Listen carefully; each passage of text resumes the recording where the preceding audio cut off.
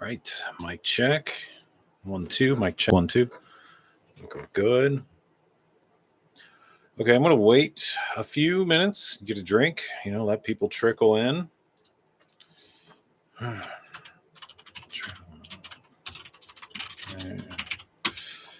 right. Be right back.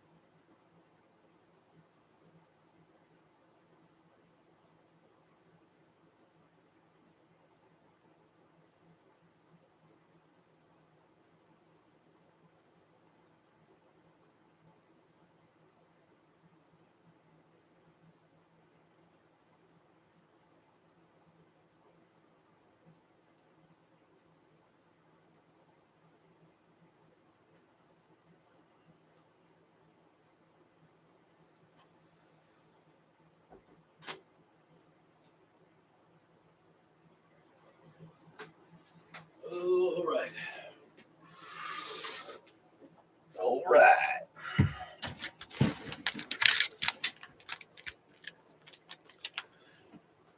don't know why I need headphones. I don't have any sound on. Hello. How's it going, guys? It's been a while. I see a hello. Thanks for the good videos. Welcome, welcome. Sorry, it's been so long. We'll get back on the video making train soon. Just need to recook, I guess, because what's a lot to explain. What did I want to do in this live stream? I just feel obligated to do something. It's been so long since I've done anything on the channel. I feel pretty bad about that whole thing. And I've felt pretty bad about it for a while now. So I'm trying to running up with something. What I've got on me? Stuff. All right. Anyway. So yeah, I'm just here to kind of update, chat with you guys a little bit. See what you're doing, see what you're thinking. Maybe come up with some fresh ideas for future things. But that's about it, really. I should have made a topic list or something. I kind of had one in my head, but now that I'm here, it's not coming to me exactly.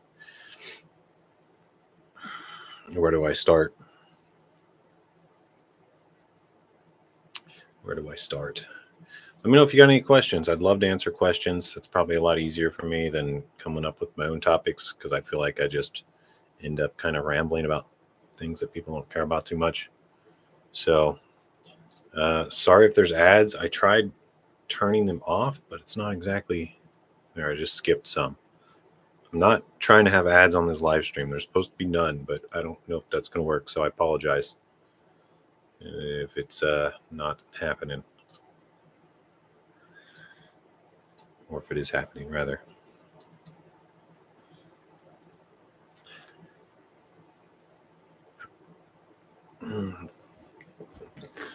All right.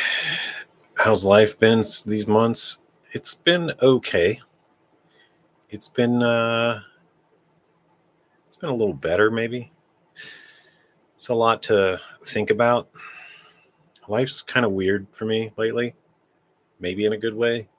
I'm not sure, but I'm kind of going through some changes and some trying to figure out how to just address the difficulties of life. There's always something new going on, so it's probably too personal to get into on here, but overall I would say good. I've made some new friends lately, kind of, that live near me, so that's cool. And you'd be surprised that like making new friends is kind of gets more difficult as you get older, just because you end up meeting less people. And also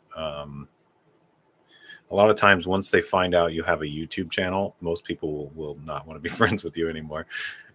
That's the reality of it, unless they're also in that vein. Like some people, they're like, okay, I've always wanted to do YouTube. I would love to be your friend. And there's other people who are like, oh, dirty influencer, get away, so it's hard to make new friends sometimes, but I found some new good ones. So that's super cool. I didn't expect that. That was a nice surprise of the year to kind of come upon. And it's actually been 2 new friend groups, actually, now I think about it. I feel pretty lucky. Even with the bad stuff that kind of happened with my family drama, that's actually still going on, and I'm hoping to resolve it soon. But I know that was a long-winded question, but or long-winded answer, but I had to get that out. Besides sysadmin work, are you a developer, contribute to open source? I don't know. I don't know what I do anymore. No, I work on games, basically. I don't really contribute to open source much because I don't know how, quite frankly. Like, I've tried, and it requires too much effort, basically. If I could just jump in there and fix a few things, that'd be great. But it's always like, oh, you have to learn this and this and this, and study this code base and this code base and this side of the code base and all this, and make sure you follow all this. And it's like, oh, I'll go work on my own thing instead. Forget about it. So I usually don't end up contributing for that reason. But I've tried a few times, and maybe I have a few random things that got accepted that I just never paid attention, because I've occasionally submitted a few small changes to open source projects, like, hey, you got this slight miss thing, or something like that. I don't know if I've actually ever done any proper sysadmin work. It was mostly like tech support, which was miserable. I'll never do that again. sysadmin, maybe a little bit, but I never really got deep into it. So mainly just a C++ developer. I love working on games and my own projects. What are your views on Futo? I have no idea what that is. I have to look it up. Let's look up Futo. Oops, I accidentally typed in Guto, who is apparently a fighter, UFC fighter. Futo, is that a C++ thing? Futo license, changes to our license, the reason behind it. I don't even know what Futo is, honestly. So, computers belong to you, the people. We develop and fund technology to give back to them. I don't even know what that means. What does that even mean? That's just like jargon for I don't know, slogan jargon. Futo keyboard, Gray J. I literally don't know what this is. I cannot make sense of it without studying it more. What's it used for? Let's start with that. What is okay? What is Futo is an organization dedicated to developing both through in-house engineering and investment technologies that frustrate centralization and industry consolidation. What? All right. Oh, the problem. We used to control our computers. Now our computers are used to control us. I fully disagree with that entire first statement. I think this is a complete hoax and a waste of time. Any thoughts on Thea IDE? Let me look at this. Thea IDE.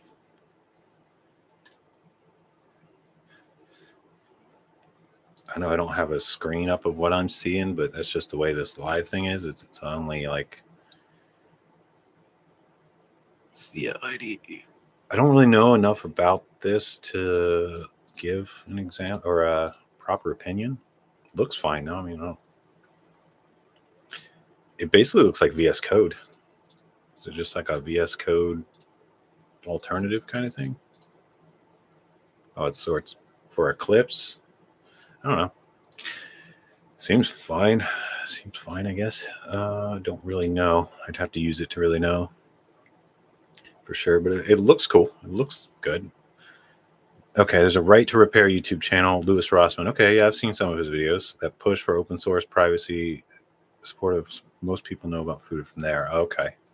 Yeah, I haven't watched his videos in literally years, so it's trying to show you guys ads again. I'm going to skip it. No ads. Yeah, I guess I don't know enough about Futo to give a proper opinion, but my initial reaction is it seems like I don't want to say scam, but it seems like a waste of time, in my opinion. But I don't live like that. Like I don't care what an organization thinks. I just don't care about that stuff. I do my own thing. I do not care if someone tells me I can't repair something. Who cares? Whatever.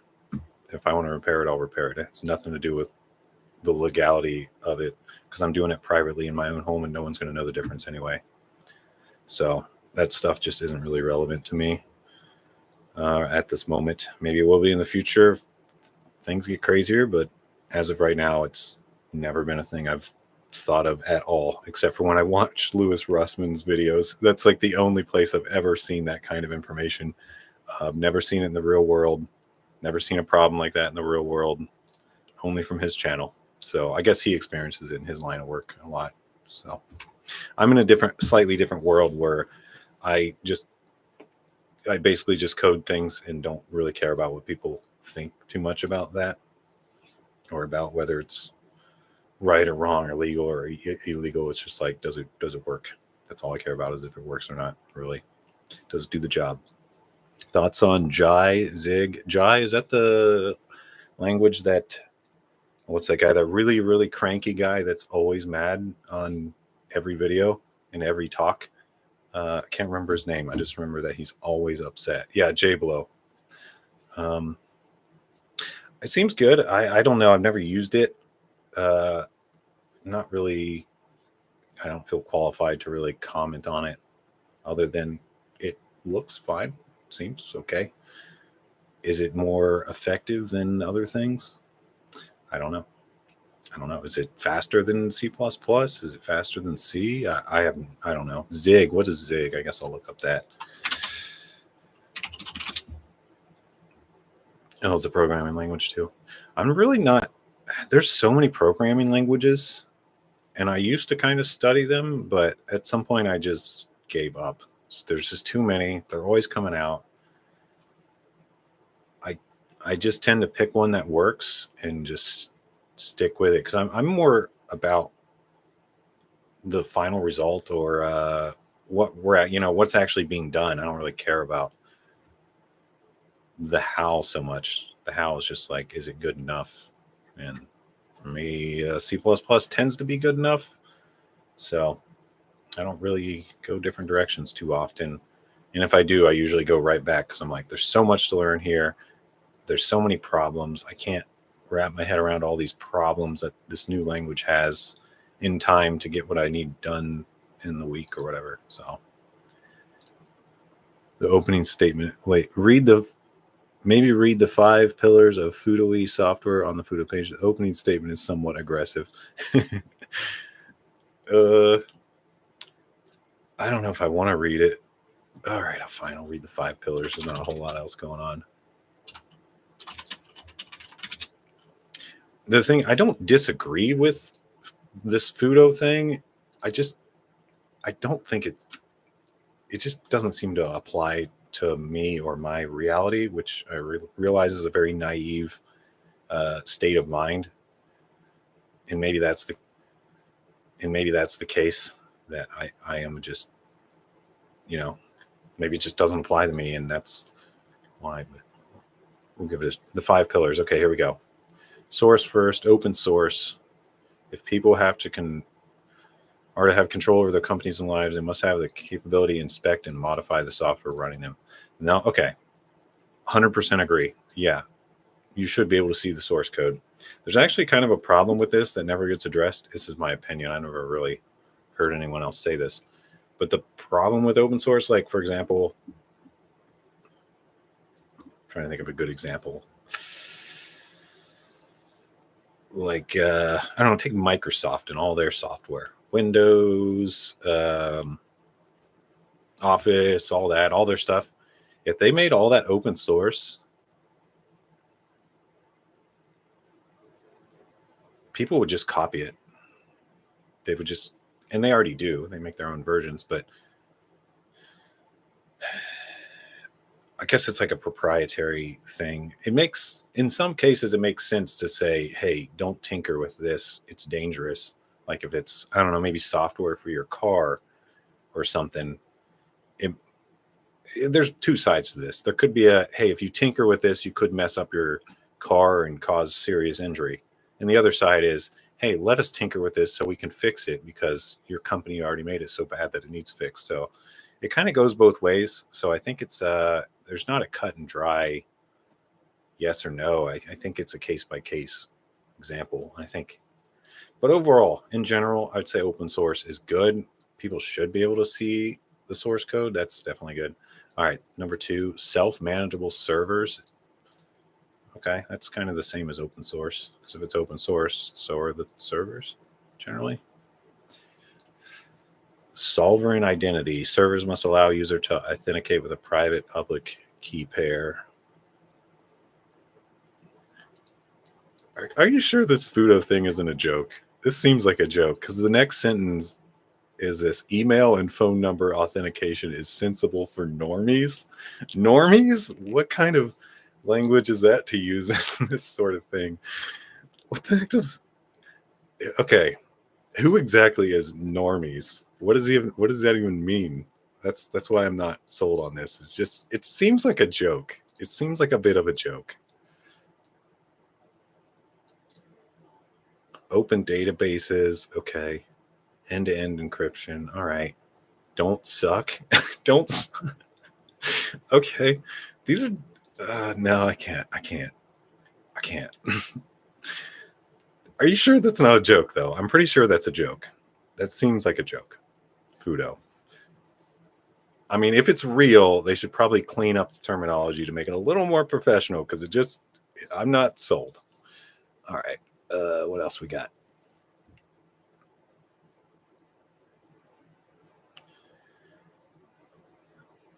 I'm having a hard time implementing CMake even after watching your videos. The bugs are very unique, and sometimes I cannot see which thing is wrong. Any tips about it? Yeah, that can be tough sometimes, even though your videos are the best on the site. I appreciate that. I don't know if that's fully true, but I did my best to make it as simplified as possible. CMake is confusing at first. The errors are hard to address sometimes. It can help to, I don't know if you've seen these, but the what am I trying to say? The error logs. Look at the error logs very carefully. Try to find that first error. Kind of like with coding, except with CMake, it basically just hides these error logs. So you got to go like dig down in a file and open a CMake log file somewhere. I forget. I'd have to go look to. But some IDEs will display that automatically. Like I know Visual Studio, I think, does. But yeah, it can be pretty hard to troubleshoot. Try simplifying it down, though. Just like simplify it down to the basic things that you need, and then go from there and see if that helps. Or or use reduction. Kind of like, I think this is a problem. Let me remove this. Kind of that can help. Without like looking at the actual thing, it's hard to give a better answer. I mean, people already crack every proprietary software under the sun. That's kind of true. Yeah. So might as well make it open source. That's kind of true. It could be source available. Okay, yeah, that's how Unreal Engine is. It's not open source, but it's source available. You can go build it if you want and look at the code. But I don't know exactly what the difference is between source and available and open source. It's been too long since I've looked at that. I don't. I think I might have mentioned this already. I just don't get that involved in the political stuff. I can't. It takes my brain to a place that my brain's just like, no, what are you doing? Get out of here. Leave. Go back to the world of coding and logic and numbers and math. It's a better place than listening to people's opinions about things. It could be open source. Okay. It could be source available where other company isn't allowed to copy it. Okay, yeah, that's probably the difference. Source available is probably you're not allowed to actually use it for your company.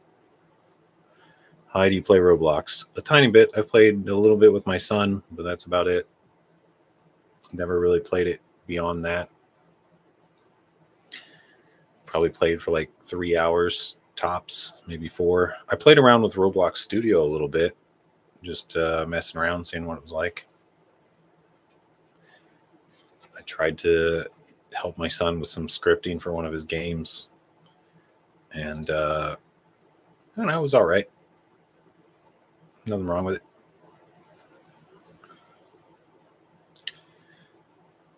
Trying to implement CMake to combine C++ and Python with various dependencies and go missing with older or newer Python. Oh, that sounds rough. The CMake does have a lot of functionality to do custom things and custom commands. So in those kind of cases, you might need to use some of that stuff, just custom command stuff. Love the RPG tutorial series. Have you any future plans for series of tutorials? I'm working on some. I'm trying to cook up some new plans. That RPG tutorial series, it's been an interesting thing because that was a very spur of the moment thing, and people seem to really like it.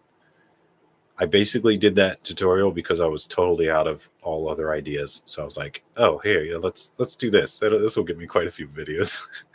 And then yeah, so that's kind of, so I think that's kind of the best thing is to make a series, because otherwise it's really hard to come up with one-off ideas all the time and make them interesting and not just a copy of someone else's video that's already been made, which is what I feel like a lot of my videos end up being when I'm out of ideas, is I end up accidentally copying other people and it just feels bad. So yeah, I think I'm working mentally on an idea of doing another tutorial series of making a game, but I'll probably do it with Unreal Engine this time. rather than raw C. I don't know if people are going to like that more or less. But yeah, that's kind of the next thing I have planned, is to make a bit of an Unreal series. I basically just need to design a really simple game that I can make in front of the camera and not blunder it too much. That's actually the hardest part. Is like going through the series and actually making it and not messing up too much, because a lot of it is just live. Like, I don't really know, like, I'll know what I want to do, but I often don't know how I'm going to get there until I start. So that's, I think, hard for people to watch because it feels very scattered as I'm like trying different things and I don't end up even going in the direction of the things I'm trying sometimes. So it's actually quite difficult to make these tutorials and requires a lot of pre-planning if you want to make it super clear. And I kind of go back and forth between, it's like, okay, I can spend a lot of time on it and make it super clear, or I can do it quickly and make it more real, but also probably a little harder to follow. And I don't know which is better exactly. I kind of lean towards the doing it the more confusing way for you guys, unfortunately, because planning it's borderline impossible in my opinion. Like, every time I try to do that, it just never gets made. So what it turns into is like, I either plan it excessively and try to do it perfect and it just never happens, or I just wing it and I can actually do it. So I guess there's only one way. I can probably just answer my own question there. I basically just have to wing it. I don't have the capability of planning for months and months on something that might flop, you know. Use Unity, probably watch your Unreal series. Cool. Would love an Unreal series. Awesome. Glad to hear that people are receptive. I've been using Unreal a lot lately. I've been, without revealing too much info, I've been working for a private party, helping them with a game and working on the game a lot, and it's all Unreal. So I've been actually learning a lot about Unreal that I didn't know, and I'm planning on sharing a lot of that knowledge. But also, even after using Unreal for like however long I've been using it, it's been a while. I still have so much to learn, and I feel like I'm still missing stuff. So I'm kind of torn on whether I'm ready to make the stuff or not. It's like, should I keep learning more or should I just go for it? Usually the answer is to just go for it, because you usually end up with, like, for me anyway, I usually end up with tons of comments that are helpful. Like, hey, you did this, you could have done it this way. And it's like, oh, it gets me thinking about it. Sometimes they're wrong, sometimes they're right. But yeah, I guess that's the only thing I have cooking. I have a massive list of things I wanted to make videos on, and I looked at it recently. Actually, I'm going to pull it up. It was like CTT video ideas. I have a notepad of that, and it's a giant list of things I'd love to make videos on. So I might take a little crack at that at some point. I could. You say just go for it. Cool. I probably will just do that.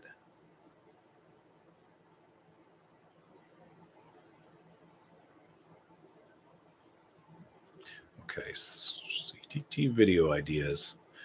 Maybe I can just read this list off to you guys, and you guys can like say which ones sound interesting. I don't know. Would that be all right? Can I do that? Find it here.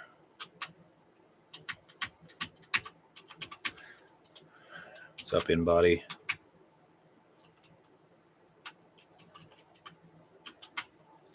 And while I'm looking for this, where on earth did I put this file?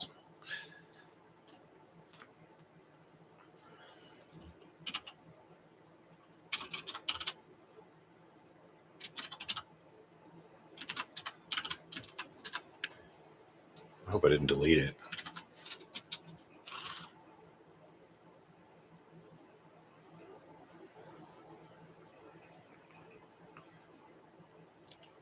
Possibly help with Vulkan engine.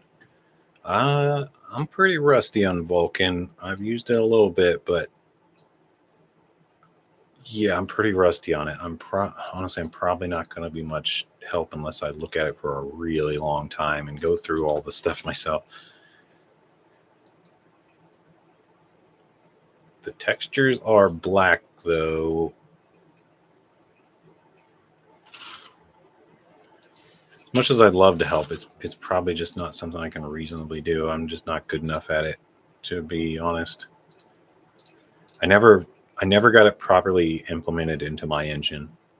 I did like a few live streams where I got Vulkan up and running and doing some things with it, but it was very basic in following tutorials, so I would have a lot of troubleshooting errors or problem points without just kind of redoing the whole thing, basically.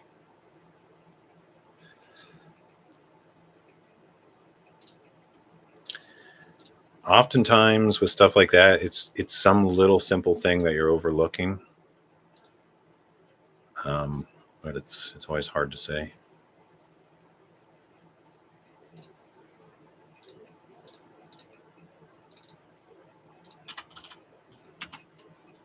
Oh, here we go. Video to do.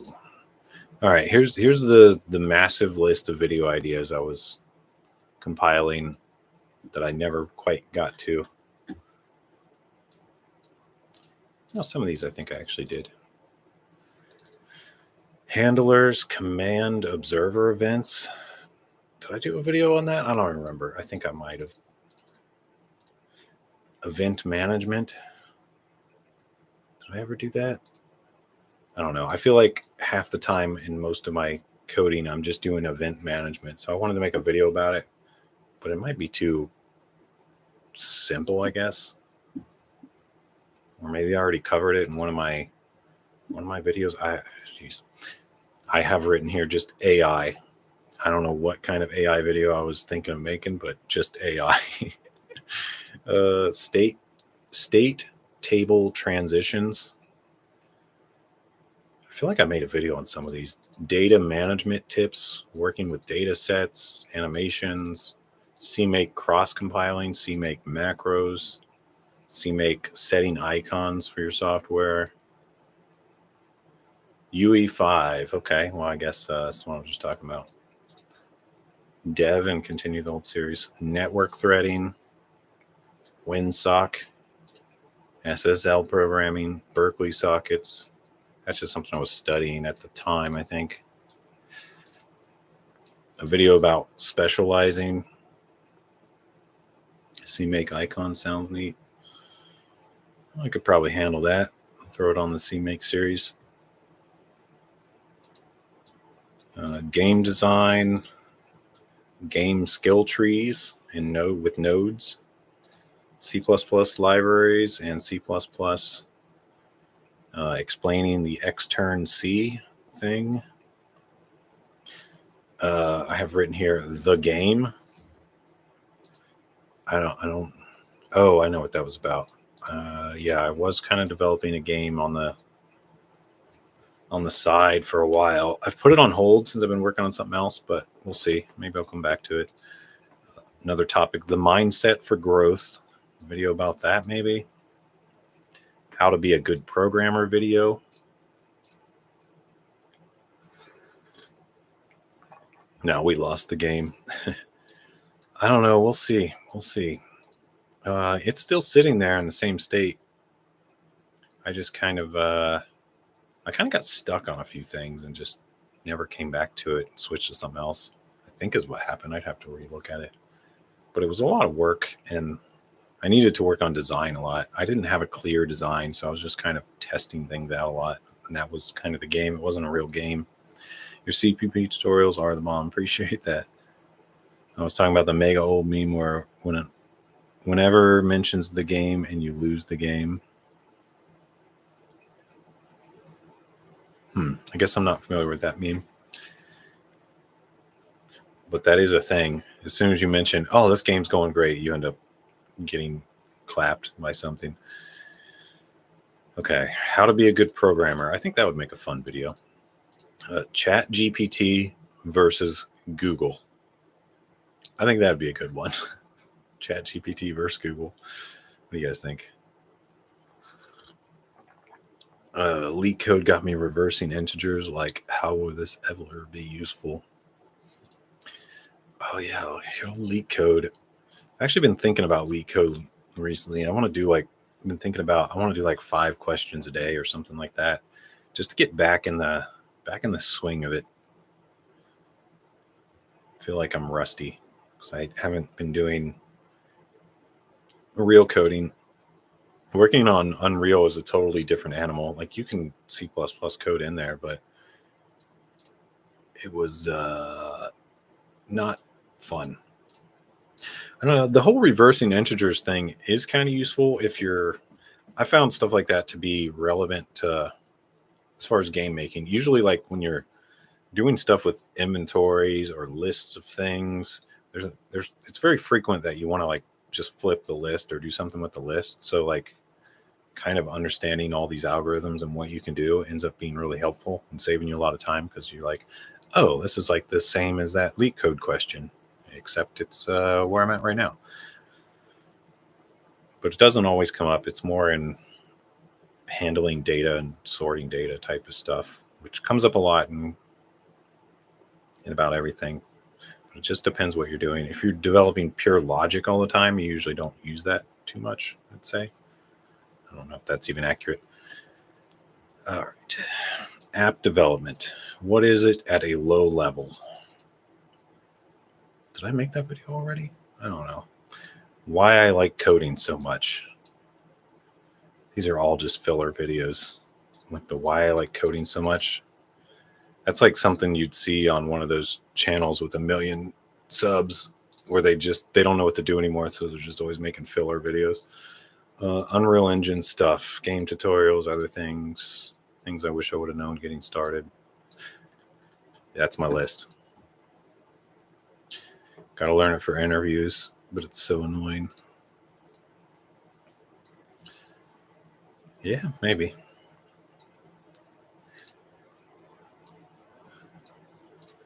All right, I don't know what else to talk about here. You guys got any more questions for me or anything? Or I don't know, anything? Anything game related I vote for?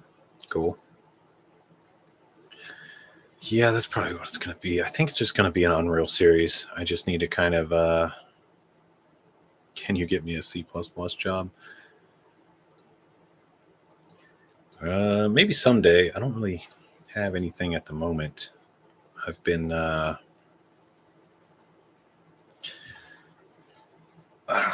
putting so many things on the back burner this last year that I think I'm going to try to work on. And one of them is getting a proper company up and running. So at that point, I might try to hire a few people, but I have no idea when that'll be, and I can't really make any promises. But at some point, I think it'll happen. Also, the guy I work for probably would hire more people if he had more funding. So I don't know.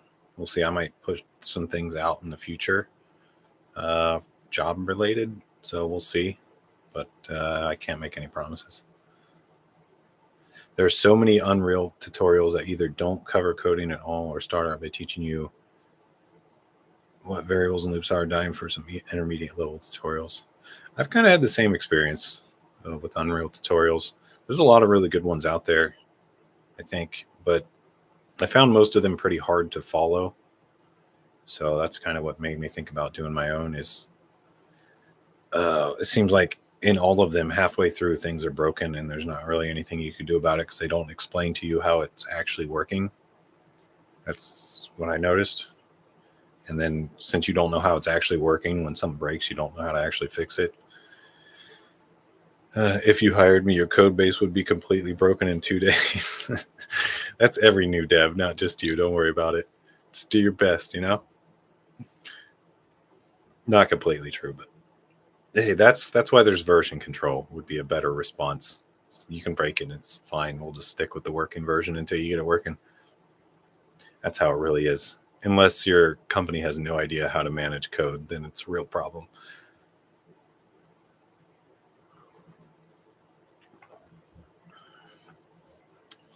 Git question. All right.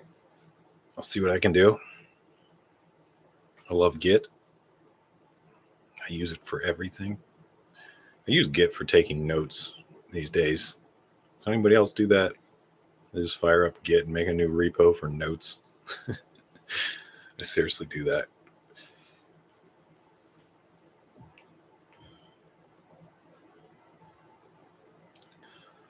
But yeah, I guess other than coding, I actually don't do a whole lot of coding these days. It's been a lot less than I used to. Maybe that's why I slowed down. But I've been just playing a lot of games and just cooking up ideas for games because I think I just want to make games and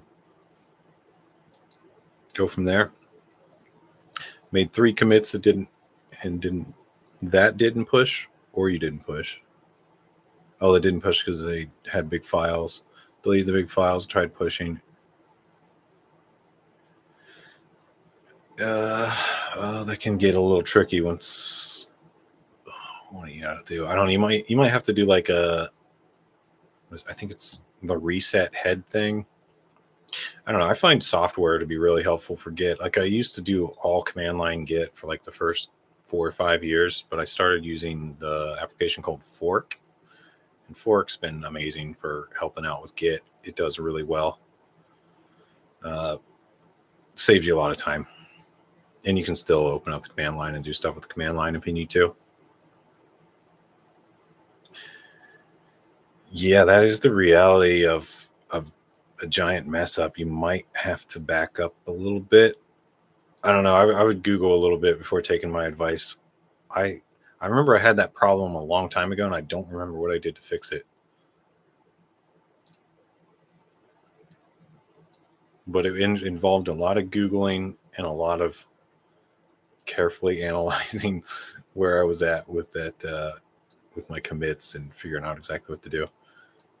I just made a new clone, and that can work too. I think I've been there. Or make a new branch off of something and just kind of redo your process the right way. Unfortunately, sometimes that's what has to be done. Sometimes it's quicker than figuring out the real answers to just redo it. So it's often just case by case process.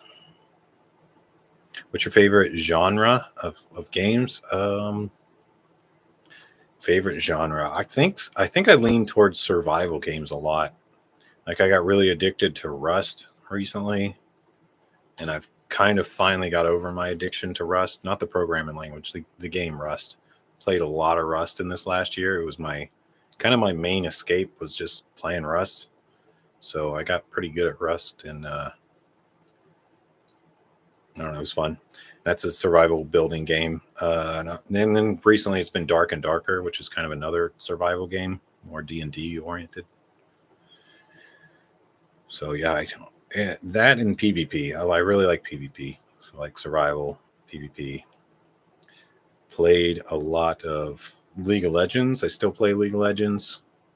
But like every player of League of Legends, it's a love-hate relationship. But I really enjoy the PvP. And it's just a very frustrating game, though. So that's pretty much all I play. I play Magic the Gathering, too, which is another basically a PvP game with a lot of strategy. Dark and Darker is so fun. It is. It really is fun. I'm finally starting to get over my addiction to it. I've played it the last 2 weeks a ton. And these last few days, it's finally gotten to be a little less fun and more frustrating. So I think I've taken a little break. I just cannot win. I can't beat anybody. Every fight I get in, I get killed, and it's so frustrating. I cannot get a kill to save my life. Even when I think I have every advantage, they still get me.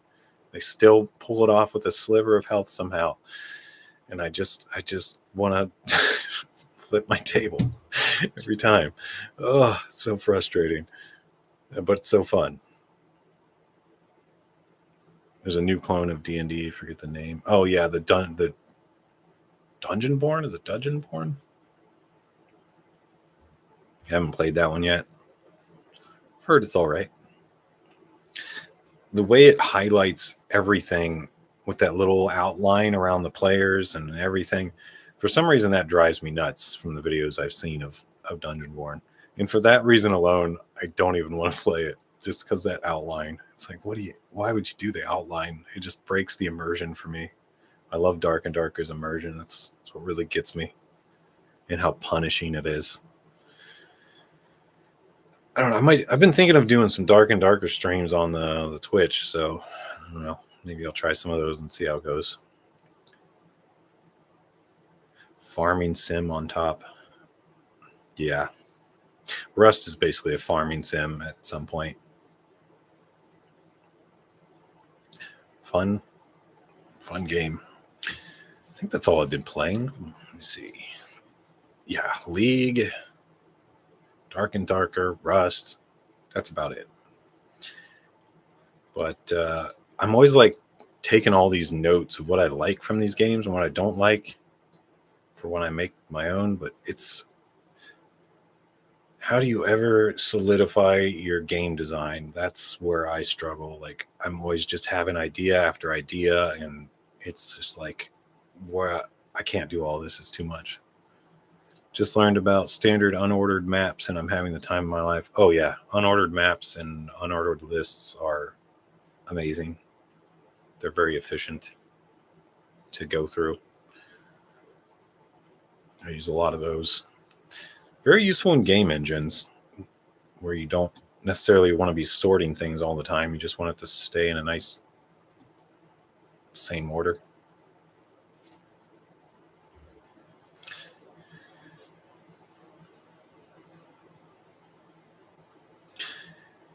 Just reading your comment, Victor. Very cool. Glad to see you back. Hope you're doing all right. I started watching your channel 2 years ago when I was still looking for my job. I'm currently in my second job and doing well. Hey, that's awesome. That's very cool. Glad you're able to find something.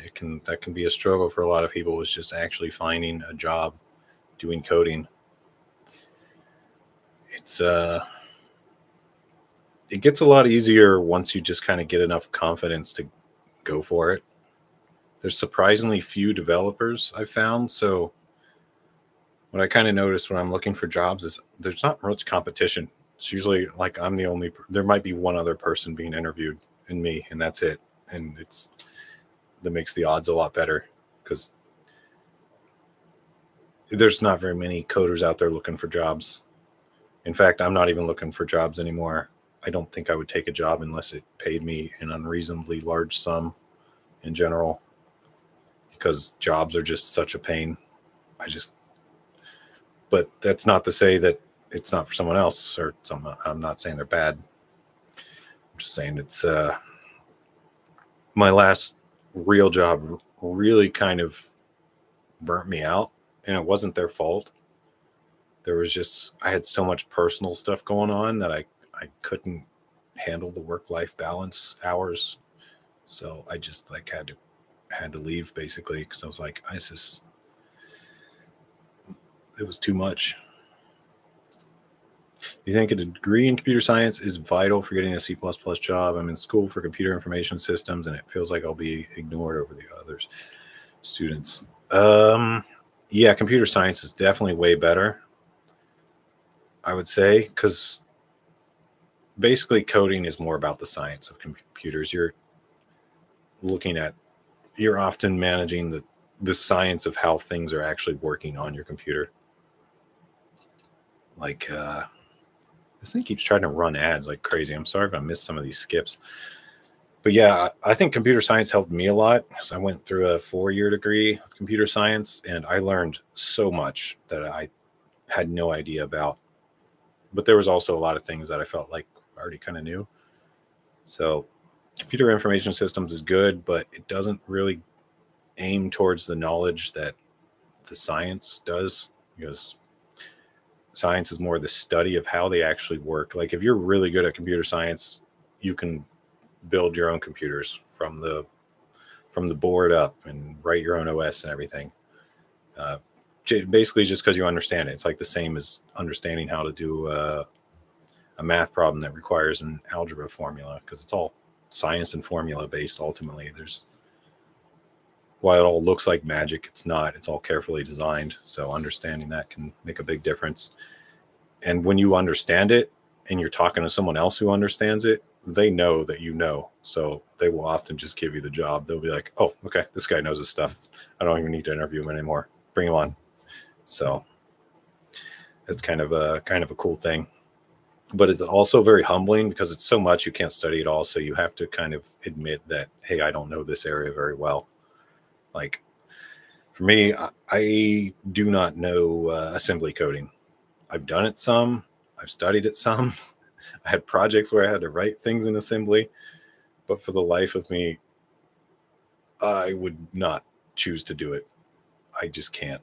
It was so much, and it's been surpassed by other languages at this point that basically make assembly for you, like C. So you would just do C instead of assembly these days. But that's just an example. Think it'll be hard to get a job? I don't think it is if you just kind of professional yourself up. Like you just keep working on yourself, try to be as professional as possible. That means a lot to organizations if you want a job. And it doesn't matter about like really what you look like or anything like that so much, especially with computer jobs. It's just like, how do you act? How do you treat others? How do you dress to an extent? Like, do you dress reasonably for going into the office kind of thing? You know, do you fit in with the culture? It's all this job stuff. I'm not real big on that, but when you're in that world, you have to do it. It's just part of the thing. And that's how you get your reputation up. Because once you do a few jobs and you get a good reputation, it becomes a lot easier to get other ones. And it builds up your confidence because you can just think back to, hey, I did this previously. It went really well. And you can basically explain that to whoever is currently interviewing you, and that looks good often. So that can help. Recruiters can help if you have trouble going out on your own and applying to jobs. Just sending your resume over to recruiters can help. Some people really hate that, but for me, that helped me get a lot of my early experience with very little effort, because I literally did nothing but sit there and occasionally answer a call and an email, and I got jobs. And that blew my mind, because I was like, I used to have to work hard for this. Now I just like do nothing. It happens. Amazing. All right, I'll take it. But you got to be careful. Like for me, at least 95% of those calls and offers to jobs are like, hey, will you move across the world for a terrible job? And it's like, no, I will not move to the other side of the country for the worst job ever. Or not the worst job ever, but the recruiters are often just full derp. You know, they don't get it. Like, I'll be like, they'll call me. I'm sorry to go into a story and ignore the topics, but I'm recalling when this recruiter called me, and he had a really thick accent, which is fine. I don't care. But he didn't seem to understand what I was saying either. And that made it really difficult, because like I worked really hard to understand what he was saying, and I'm pretty sure I'd got it. But he didn't seem to understand what I was saying at all. Like, he was just saying stuff that was not relevant to the conversation after a while. Like he would say, okay, I got a job in, I don't know, some state, many states away. Basically have to relocate my whole life to do it. And I'm like, okay, I assume this is going to be a really well-paying job with a nice, sign-on bonus, and, maybe even help with the move if the company's great. And usually it's like, oh, no, that's all on your own. And I'm like, click. You kidding me? No. You want me to uproot my life, take my kid to a different school away from all his friends? I'll even say this stuff. I'll explain to him, like, I have a life here. My kid's in school. Moving to another place is a big deal. Sure, the company sounds great. I'd love to do it, but I'm not just going to do it for free. I got options where I'm at already. And they just won't get that. Some of them won't. So, but occasionally you'll find one that will. So you just got to be afraid not to say no to the obvious bad ones. Say no quickly, too. Don't waste your time. All right, I'll get back to reading comments. Degree helped me get an internship while I was studying. It's pretty much all it did for me. I found some friends, too. Yeah, that's kind of my story. I never really did the internship. Well, I guess I did for a little bit, maybe. I don't know if you'd call it an internship, though. But, yeah, I made some cool computer nerd friends, basically. That was the big thing a degree helped me get. And that was very unexpected, actually, because when I went to school, I was in a state of mind where I just didn't care about anything other than getting the degree. So I basically ignored most social interaction and was probably kind of a jerk to a lot of people just because I ignored them all the time and just studied instead. But somehow I made a lot of friends, which kind of blew my mind. I think some people liked that I was a jerk, oddly enough, because what I considered being a jerk, they considered being outspoken and bold and honest. But really, I was just being a jerk. As funny as that sounds. So I think people liked me for that. And I don't know, the world's a weird place. People like weird things. And when you think you're being mean, sometimes you're doing the right thing. So I don't know. If you want to work for yourself, at some point you have to some point you do need a good reputation. I think that's mostly true. Yes. Having years of experience in different companies is one way. Can you ever work for yourself? Me personally, I guess so. I kind of do right now with a little bit of YouTube stuff. I mostly I don't even know what I do anymore. Jeez, what do I do? I just sit in front of my computer. This is an exaggeration, so take it with a grain of salt. But basically what I feel like I do most days is just sit in front of my computer and just take in information and play video games.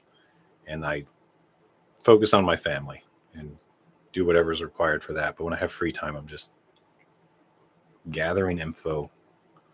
And a lot of times I'll come across things that are just really obvious, good investments and stuff like that.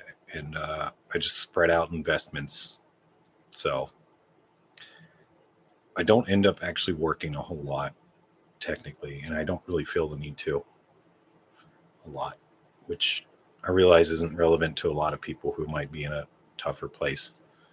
But things have went really well in the last 3 to 5 years financially for me. Basically, right after I got done with college, my income went from not doing well to as soon as I finished college, things were just and I don't know why exactly. It was luck and maybe also just making good decisions. Not that everything's went well. I've had some things that didn't go well, but the positives have well outweighed the negatives. So when you don't know what to do, just keep gathering information and you'll figure it out. That's what seems to always work, is just keep gathering information until something really clicks. And when it clicks, go for it.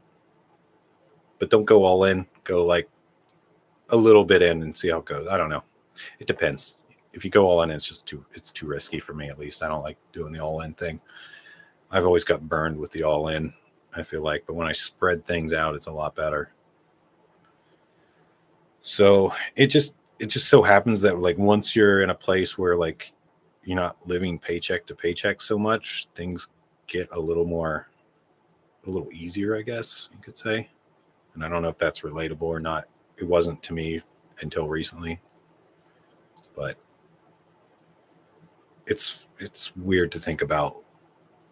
I don't even know how to talk about it exactly. I got to think about it. If I get my degree and not get a low-level dev job, I will become a bag of bone instantly.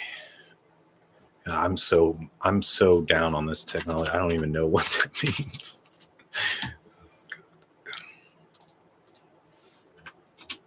I gotta look it up.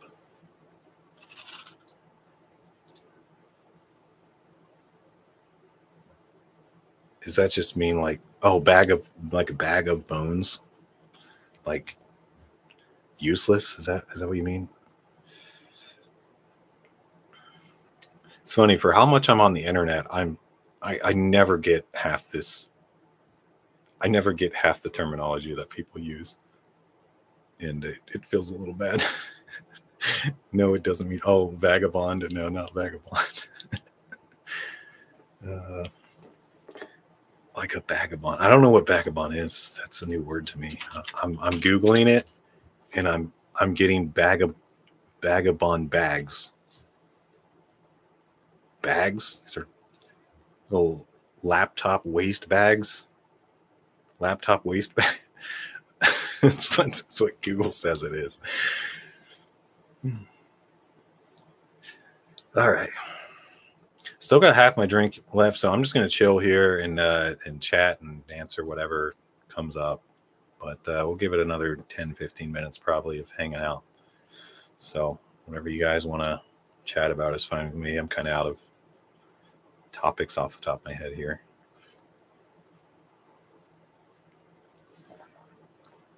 It probably means vagabond. Maybe, I guess, yeah.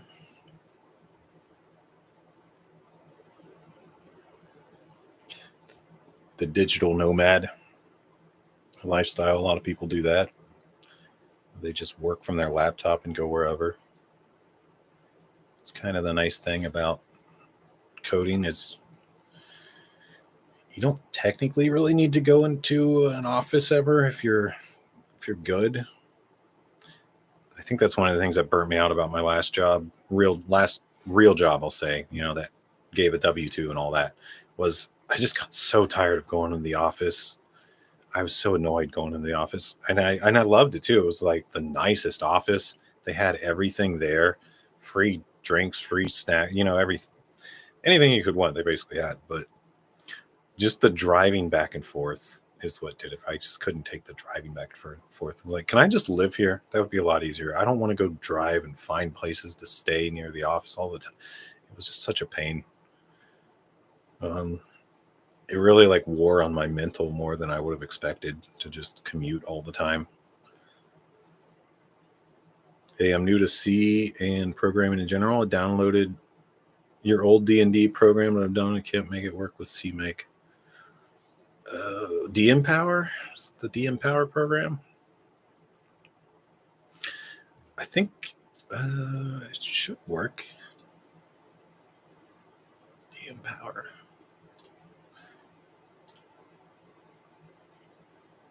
Oh, this lets me share screen. Hold on. I can share my screen. I just realized I'm actually streaming through YouTube on Firefox, so I'm not using like OBS, and it's a little different. Screen one. My biggest fear of streaming is that I'm accidentally going to dox myself. I can't be the only one.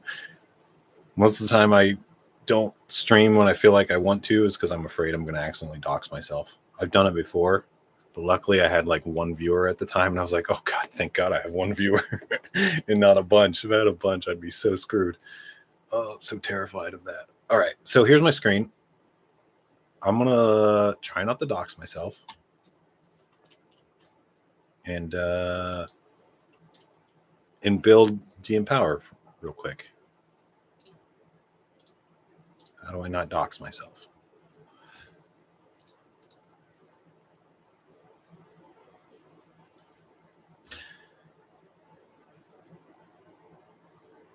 Yeah, give this a sec. I'll build it right now with CMake and see what happens. I'm using Visual Studio as my IDE, but it doesn't really matter what you use.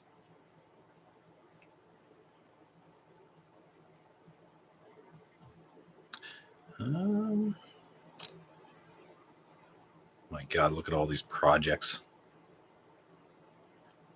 I haven't worked on DMpower in so long. It's way down here on the list. I haven't worked on it since February 15th of 2023.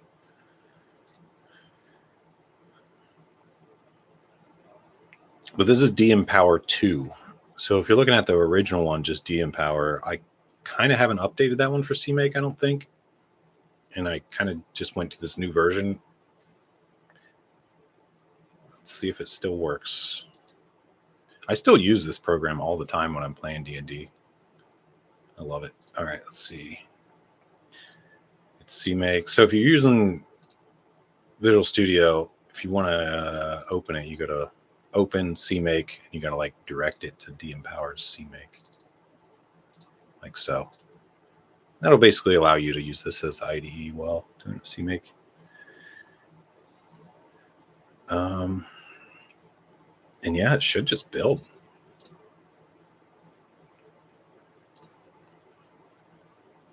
I think it's already built in my case. There we go. It doesn't require any libraries. It's just raw C++. So it should just work. It shouldn't.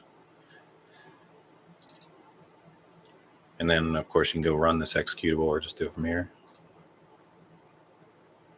There we go. And there's also, you should have there should be a build install. And this install can be distributed to whatever. You can actually install it on your computer. Seems to work. Your setup might be different. I don't know if I've tested this recently on Linux either, so. But I originally built this on Linux, so I don't know. Let me know what happens. 9-to-5 government worker here. Currently studying SANS beginner level. Feel like I don't know what to do after I pass the SANS level 1. I know you don't know what to do. I just don't know what to do in general once you learn a little foundation. Let me look up SANS. What is SANS exactly? Oh, SANS. Oh, cybersecurity training and stuff. Never quite got into cybersecurity other than studying it a little bit just for my own interests. Yeah, I don't know what to do either. Not sure. Usually the generic answer is to work on projects that involve it. That way you'll kind of get an understanding of how it is useful. It's just work on a project that involves it is the best thing I can come up with off the top of my head.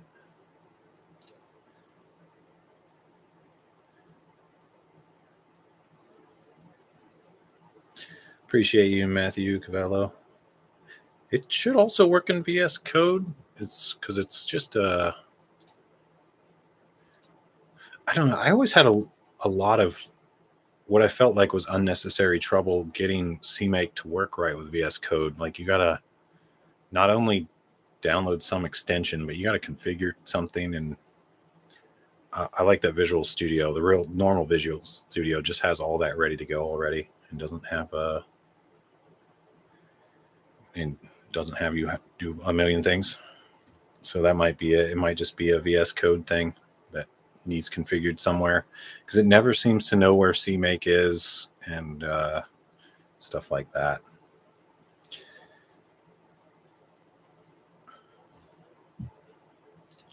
Another thing I might make a video on, actually, I guess I'll mention it.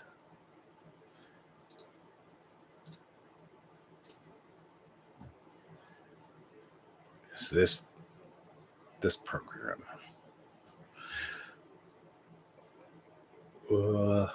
My list of projects. All right, I guess I'll end this stream by just showing you my list of recent projects that are not at all complete. With de-empower, we just saw that. Remnants is the game I'm working for that guy, for the private company. So that's that. Dr. BS is a battle system that's just written in C++. It's kind of just an experiment with I don't know, just a little battle system, basically, like calculates attacks and damage reduction and all kinds of crap like that. It's just a whole system for that. So that's kind of cool. That's my own little project that I've been toying around with. So I might show that at some point or stream a little bit of coding that, because it's kind of fun. Probe is the game I was working on, my own game for a while. But it's not even complete enough to really show anything relevant. It's basically a big experiment at this point. Archer Engine, of course, is my game engine that I've kind of stopped working on for now, because it basically needs completely redone and regutted, and it still uses OpenGL, and I don't really think OpenGL is the thing to use these days, although it works fine still. I kept trying to get like Vulkan going in it, and it was just too much of a cluster for me to wrap my head around and actually make it work properly. So it seemed a lot more reasonable to just use Unreal Engine with everything already done. All the rendering stuff already implemented is nice, because that's basically all this is just trying to implement all the rendering stuff correctly. And it makes sense just to use one where it's already battle tested, like Unreal or Unity or Godot. Interactive systems, I have no idea what this is. Probably just some experiment. Life on Auto. This is probably my favorite new project. It's basically just a thing that you can kind of program up, and it'll just tell you what to do with your day. Almost like a calendar, except more AI based. So this is something I've been experimenting with to try to help me schedule my days, is automate my life with this thing I've been working on. It doesn't really work yet, but the plan is basically to feed it info like take out the trash every Wednesday at some certain time. You just keep feeding it all this info of all these things you're supposed to do on a weekly or yearly or monthly basis. And it'll just tell you what to do every day. It's like, hey, time to do this, time to do this, time to file your taxes, everything. So it's just kind of a way to automate your life. Because for me, calendars don't work. I don't know what it is about calendars, but they all stink. Like, I cannot get a calendar app to ever work correctly and ever notify me correctly. It just doesn't happen. I've been trying it for years. It's never worked. So this is probably the software I'm most excited about, but I haven't worked on it in a while. And it's quite complicated to get it to work right, but I think I know how to do it all. Broken Lands is an experiment, an Unreal experiment on Unreal Engine. I was basically trying to recreate a D&D campaign that I did, except in Unreal, and it's not done at all. It's basically a big experiment that didn't really work out too well, but it was kind of fun. And I got to test out things like building character animations and all that stuff. That was kind of fun. Center Dot is basically a really simple program that just puts a dot in the center of your screen, but it's not done yet, so it doesn't even work. You think Vulkan is better than DX12? I don't know. I do not know. I would think that it would be, but probably not on Windows, since DX12 is made for Windows specifically, and Vulkan is more generic. But I don't know of a way to test that properly. Seems like everything still uses DX11. Like DX12 isn't even ready. I've looked at the differences between 11 and 12 a little bit, because I tried to do some rendering setups with DX11 and DX12, and they basically require a completely different like set of code. You can't just transition your DX11 into DX12. You got to rewrite a DX12 version and still keep your DX11 version for backwards compatibility. And I don't know. It seemed like a big mess to me, and but it seemed like DX11 was still the way to go if you're actually coding a DirectX renderer. You probably want to do it in 11, because things don't even quite support 12 yet, is from my understanding. But I could be wrong. I haven't really looked in a couple of years. And Vulkan seems great, but I'm not experienced enough with it to really say. Seems fine though. I haven't had any trouble when I switch most games to run in Vulkan. They seem to run fine, but if they don't, it's usually the developer's problem and not Vulkan so much. Well, that's all I got for you guys. Thanks for hanging out, tuning in. I know it's been a long time. Yeah, glad we could do this. I'll put this on the live replay so anyone can watch it later and get some updates. But until next time, peace out, guys. Keep coding, and hope you're all progressing well. See you later.